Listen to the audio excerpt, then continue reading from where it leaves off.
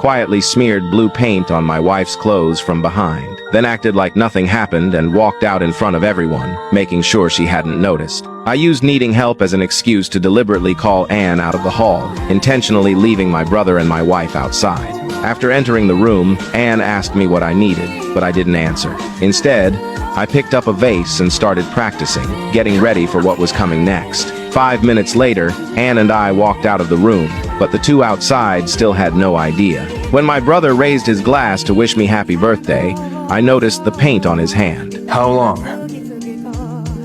How long have you been doing this? My brother was still pretending he didn't understand what I was saying. I couldn't take it anymore, so I raised the vase and angrily demanded about the paint on his hand. My brother said he probably brushed against it accidentally on the street. Seeing him keep making excuses, I picked up my glass and downed it in one gulp, ready to expose all their dirty secrets. But just as I was about to speak, I suddenly felt dizzy, then collapsed to the floor and lost consciousness. When I came to, it was already morning. My wife was standing by the bed holding a cake. I shot up from the bed, demanding what she'd given me to drink, but my wife pretended she didn't understand.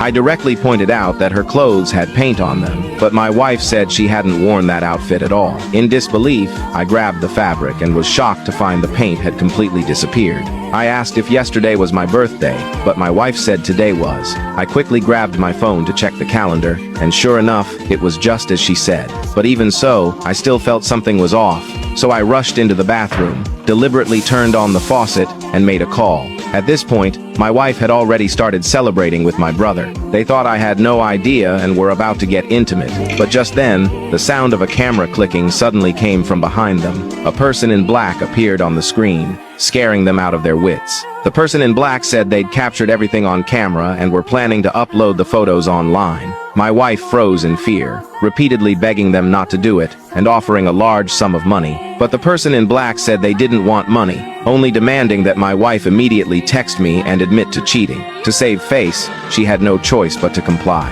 And at that moment, I walked in clapping. The person in black then took off their mask. It turned out to be my brother's wife, Anne. This was all a setup we'd carefully planned. When I was in the bathroom, I'd been the one who called Anne. We'd known everything all along. The whole arrangement was just to get this woman to admit to cheating herself. In the end, I pulled out the divorce agreement. My wife would leave with nothing due to her infidelity.